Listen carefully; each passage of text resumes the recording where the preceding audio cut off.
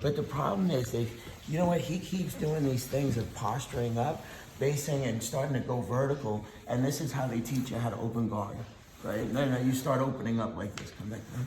Okay, so the moment you're here, instead of us playing closed guard, I'm gonna ask you to grapevine these legs where your insteps are attached to his insteps. And there's a reason why I'm gonna ask you to do this. Two things on this. I don't want this guy to be, let me up for 1 second. Paulie right now, let's just talk about this mechanically. Go back down how you were. Go back up, flip up. No, the way you were on your shins.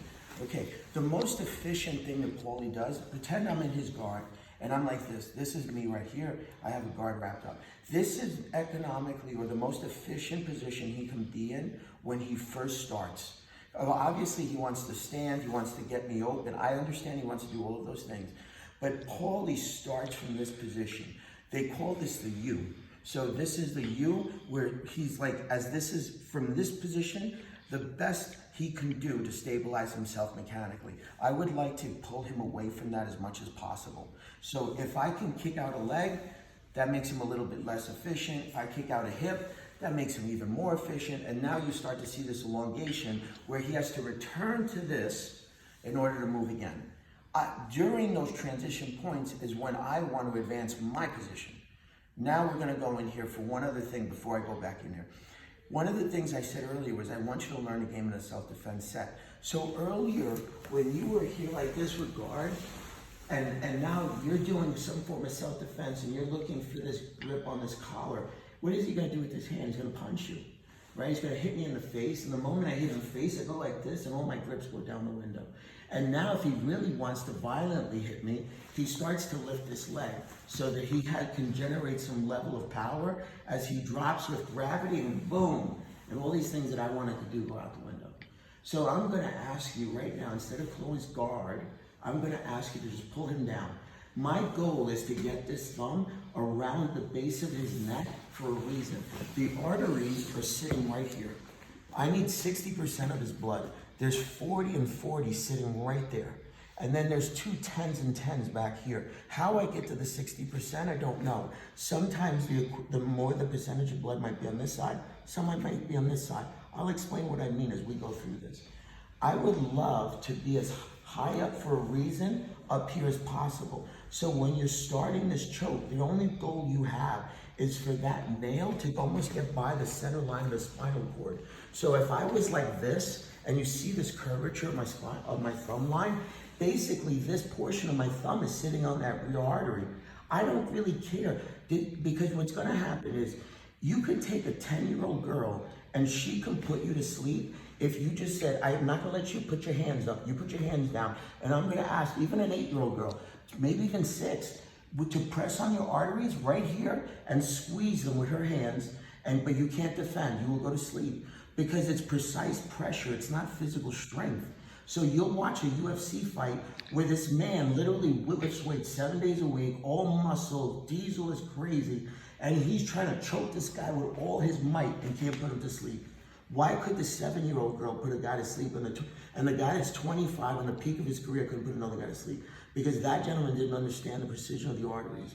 Okay, that's all that was. So the reason I'm asking you to get up as deep as possible, and during this equation, we'll focus on the lower half in a second. So when you're here, you're playing closed guard, and all I did was this, okay? I'm not gonna start bringing my hand up, because I just told you I'd love to get up here, but all I wanna do from down here is go deeper. Because now the fabric is doing some of the work too, no? It isn't the fabric sitting on this little artery with precise precision, right? Not strength. All I did, and instead of me going like this, trying to push this thing all the way up, he's gonna do this. He's gonna lice his head underneath, and every time I gotta keep going like this, and now, and this is going nowhere. So I'm here, and I go, okay, I'm here pulling you down, and I go, okay, I'm not letting that neck out. I'm not letting that neck get underneath. So I start pulling with this guy. I'm on that artery. Look where my thumb line is. It's almost sitting behind almost if I wanted to, you could say it's right there at the base of the spinal cord. So now when this elbow comes this way, I'm sitting on the back artery. You can see I'm sitting on this artery. So you know how I've been taught this? If I've done everything right, I don't even care about this side. This side could be anything. I will put my body here. Because when I start retracting, I'm owning the other side. So this could be like, this literally could be 5%. So if randomly my hand was up here, Paulie will only tap if he can't breathe. Because I own the other side so much, maybe I just push away. I didn't have to do anything. Maybe this time I really put him to sleep very quick. This will be 8 seconds. The guy's sleeping really quick. Paulie starts sleeping. I know, I didn't even... Starting to see stars. Yeah, he's starting to see stars. I haven't applied anything yet. I have not, I let my hand was just sitting here wide open. So you can start to see what I want to occur up here, okay? Now let's talk about the lower half for a second, because if for some reason, and this is how real fights go down, you're getting hit, you've never boxed, you guys, this guy runs at you, he's so aggressive, and you don't know how to sprawl a takedown, we fall. And now this is hard guard starts. Every fight starts. Even if you watch pro boxing, one boxer's beating up the other, so the other guy grabs him to bear hug.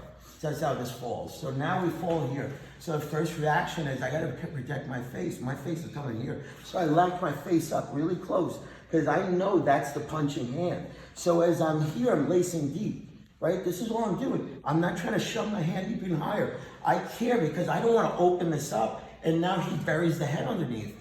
Exactly. And now I gotta restart the whole process. All I have is this. So I can't come down and I put my head right next to his, so I'm not getting hit over there. And I start lacing, right? I'm starting to pull this thing in tight. Perfect. I have this whole side right now.